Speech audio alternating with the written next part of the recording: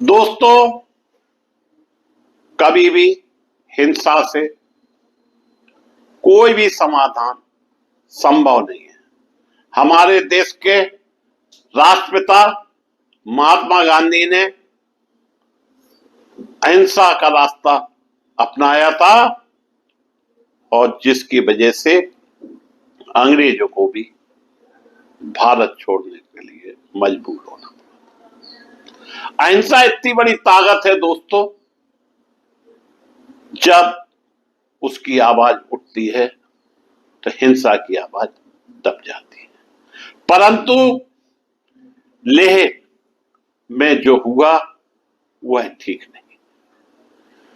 सत्ता किसी की आए, सत्ता किसी की जाए, लेकिन राष्ट्र की संपत्ति को नुकसान करना या किसी पार्टी के कार्यालय में आग लगाना, वाहन फूंकना, यह तो उचित नहीं है। और नेपाल से हिंदुस्तान की तुलना की जाए वह भी ठीक नहीं है। भारतवर्ष एक बहुत बड़ा देश है और इसमें हिंसा की कोई जगह नहीं है। दोस्तों, कभी भी हिंसा से आप किसी भी व्यक्ति का दिल नहीं जीत सकते और अहिंसा से उसे नीचा दिखा सकते हैं। परंतु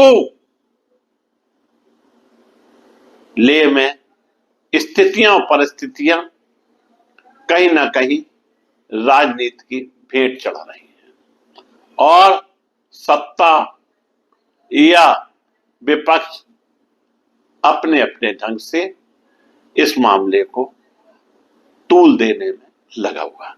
दोस्तों, वहीं वांगचुक ने कहा मुझे बलि का बकरा बनाया जा रहा। दोस्तों, लद्दाख के सोशल एक्टिविस्ट सोनम वांगचुक ने लेह में हिंसा भड़कने के आरोपों को खारिज किया है और वांगचुक ने कहा कि मुझे बलि का बकरा बनाया जा रहा है। इससे हालात सुधरेंगे नहीं बल्कि और बिगड़ेंगे। 24 सितंबर की देर रात गृह मंत्रालय ने लेह में हिंसा के लिए वांगचुक को जिम्मेदार ठहराया था। सरकार ने कहा था कि वांगचुक ने भड़काऊ बयान से भीड़ को उकसाया। हिंसा के बीच अपना उपवास तो तोड़ा, लेकिन हालात काबू करने के प्रयास की जगह एम्बुलेंस से अपने गांव चले गए। उधर सीबीआई ने वांगचुक की NGO Himalayan institute of alternatives Ladakh के खिलाफ विदेशी फंडिंग मामले में जांच शुरू कर दी। यानी मामला सीबीआई ने कसना प्रारंभ कर दिया। सरकार ने उनके एनजीओ की विदेशी फंडिंग का लाइसेंस रद्द कर दिया। आंदोलन के बाद उन्हें यह जबरदस्त नुकसान सरकार की ओर से दे दिया गया।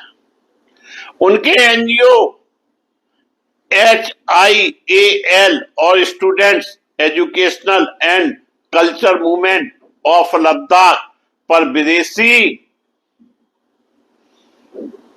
चंदा कानून के उल्लंघन का आरोप है।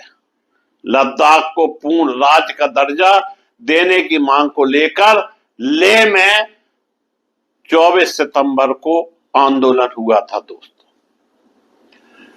इस दौरान हिंसा में 4 लोगों की मौत भी हुई थी। दोस्तों, 80 से ज्यादा आंदोलनकारी और 30 सुरक्षाकर्मी घायल हुए थे।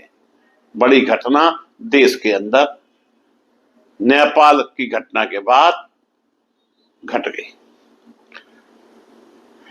FCRA का मतलब है फॉरेन कंट्रीब्यूशन रेगुलेशन एक्ट।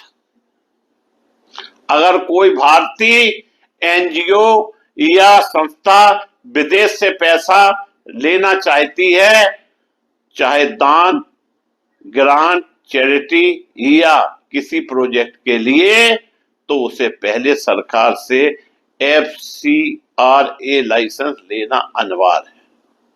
बिना इस लाइसेंस के विदेश से आया पैसा लेना या इस्तेमाल करना गैर कानूनी है।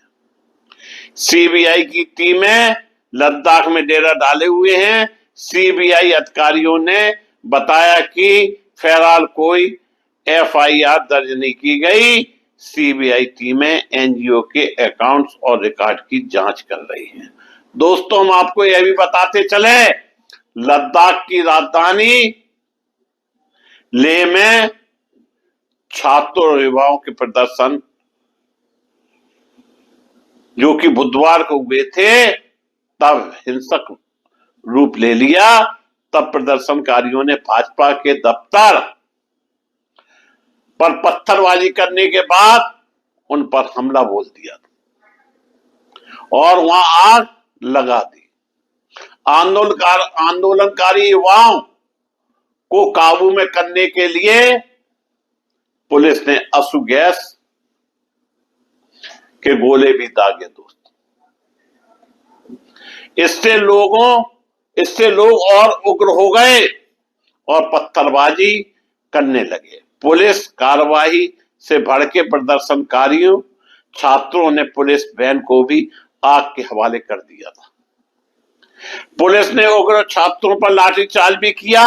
एक अधिकारी ने बताया कि प्रदर्शनकारियों ने लेह में भाजपा कार्यालय के बाहर एक सुरक्षा वाहन को आग लगा दी। दोस्तों, व्यवस्था बहाल करने के लिए अतिरिक्त बल तैनात किया गया था। छात्रों का यह विरोध प्रदर्शन लद्दाख को पूर्ण राज्य दर्जा दिए जाने और संविधान की 6ठी अनुसूची में शामिल किए जाने की मांग के समर्थन में। इसी मांग को लेकर मशहूर पर्यावरणविद सोनम वांगचुक, जो पिछले 15 दिनों से भूख हड़ताल पर थे, उन्हीं के समर्थन में छात्रों का एक बड़ा हुजूम लेह की सड़कों पर उतर आया और केंद्र सरकार से लद्दाख को पूर्ण राज्य का दर्जा देने की मांग करने लगा। पुलिस और प्रदर्शनकारियों में इसी दौरान प्रदर्शनकारी छात्रों की पुलिस से भिड़ंत हो गई और देखते ही देखते प्रदर्शन हिंसक रूप में अख्तियार कर लिया गया। प्रदर्शनकारी छात्रों ने पुलिस पर पत्थरबाजी की, फिर CRPF की गाड़ियां फूंक दी। भाजपा दफ्तर को आग के हवाले कर दिया। बता दें कि स्थानीय लोगों ने सोनम वांगचुक के समर्थन में लद्दाख बंद का आह्वान किया था। इसके बाद सैकड़ों लोग लेह की सड़कों पर उतर आए थे। जलवायु कार्यकर्ता सोनम वांगचुक और उनके कई साथी 10 दिसंबर से 35 से अधिक दिनों की भूख हड़ताल पर बैठे थे। हालांकि केंद्र सरकार ने 6 अक्टूबर को लद्दाख के प्रतिनिधियों को बातचीत के लिए बुलाया है। इसमें लेह एपेक्स बॉडी LAB और कारगिल डेमोक्रेटिक अलायंस KDA के सदस्य शामिल हैं। प्रदर्शनकारियों की 4 मांगे हैं। पहली, लद्दाख को पूर्ण राज्य दर्जा दिया जाए। दूसरी, लद्दाख के संविधान की 6ठी अनुसूची में शामिल किया जाए। तीसरी, लद्दाख में लोकसभा सीटें बढ़ाकर 2 की जाएं। और चौथी, लद्दाख की जनजातियों को आदिवासी का दर्जा दिया जाए। छात्रों ने इन मांगों के समर्थन में रैली भी निकाली। बता दें कि 5 अगस्त 2019 को अनुच्छेद 370 निरस्त करते हुए केंद्र सरकार ने जम्मू कश्मीर को 2 केंद्र शासित प्रदेशों में बांट दिया गया था। जम्मू कश्मीर को एक केंद्र शासित प्रदेश जबकि लेह लद्दाख और कारगिल को मिलाकर एक प्रदेश बनाया गया था। अब उसी लद्दाख को पूर्ण राज्य का दर्जा देने की मांग उठी है। दोस्तों, कभी भी सत्ता अहंकार से नहीं चलती और देश के मुखिया के सामने देश की जनता मांगे रखती है। याद हो आपको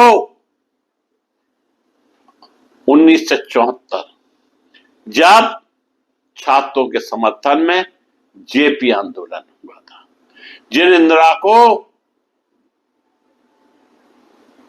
बहुत ही ताकतवर माना जाता था,